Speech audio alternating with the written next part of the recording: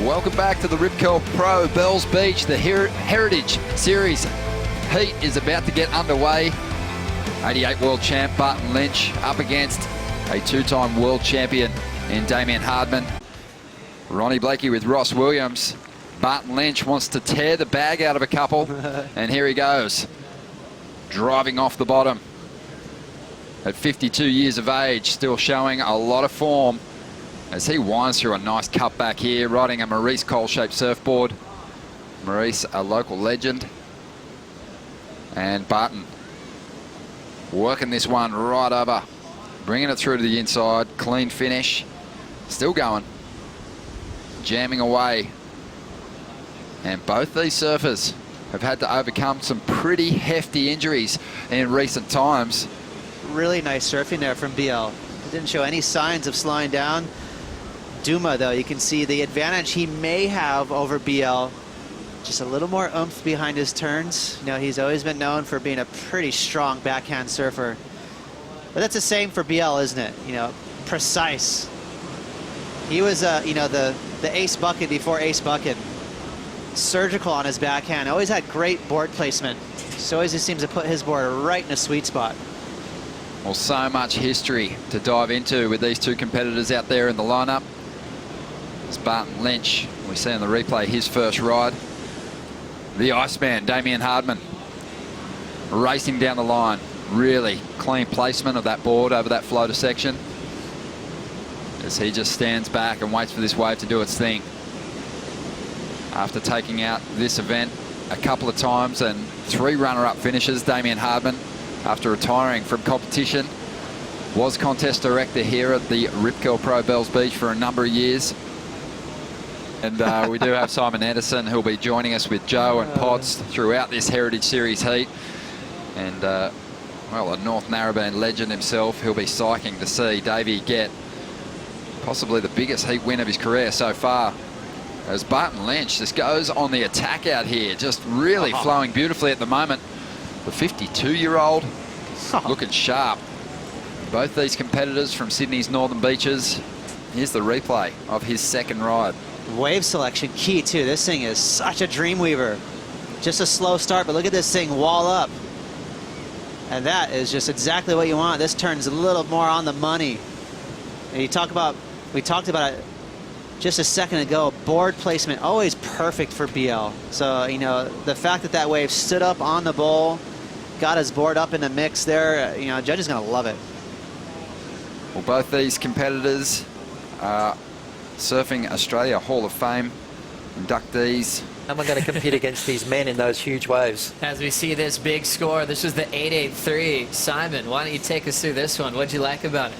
I thought this was pretty good. I didn't quite time it just right, but this one he pretty much nails, and judges love to see big moves out the back, and Barton knows what the judges want.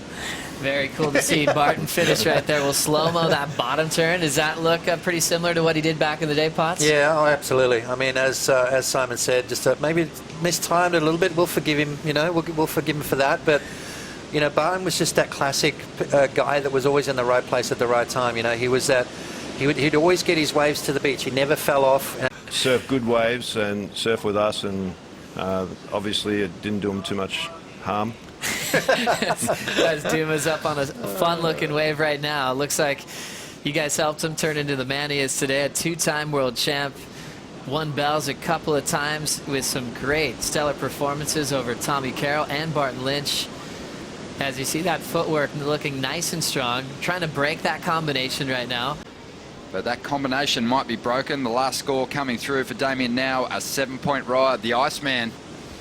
I took a wave that wasn't very good and kicked out, and then Michel ended up getting his 8 shortly after that. So that was probably mistake number 1. I guess I just expected there to be more waves towards the back end of the heat. And, you know, beyond that, I don't feel like I've been surfing very confidently or, like, offensively, you know. So I just haven't been surfing with that confidence that you need to have, and feel like you know, it's yours to take. And, you know, I've gone through this feeling before, but not for as long as I have lately. And you've been in several situations where the ocean just doesn't cooperate. Thank you. Is there anything that I'm not saying? Let's talk about actually. Just put it on that. But you know, when you got your mojo going, those waves come to you. Yeah. And, you know, there's something's going on for me. I mean, it is just the ocean. You got to read it right, and one guy out there reads it better than the other guy during that half hour. You could pretty much say everyone's had 2 throwaways.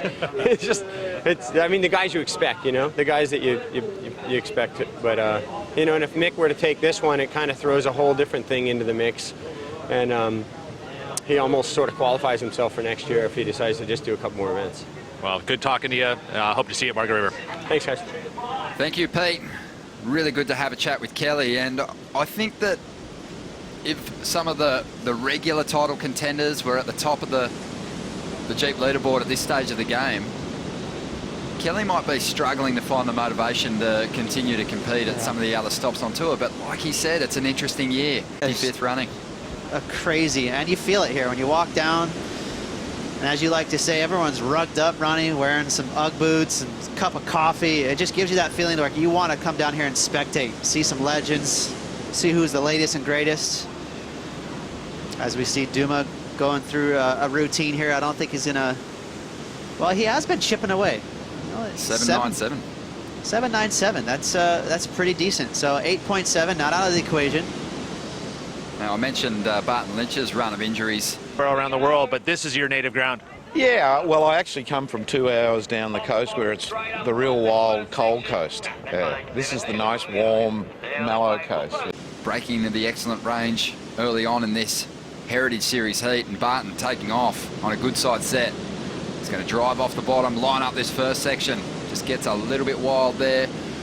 BL, he has a place. He has, I run into BL all the time in Hawaii, and he absolutely loves it down there. Here we go, the Iceman. Chasing a big number, an 8.7. Eyes off this inside wall, gets his board up vertical. Great placement. Still has that casual approach between turns.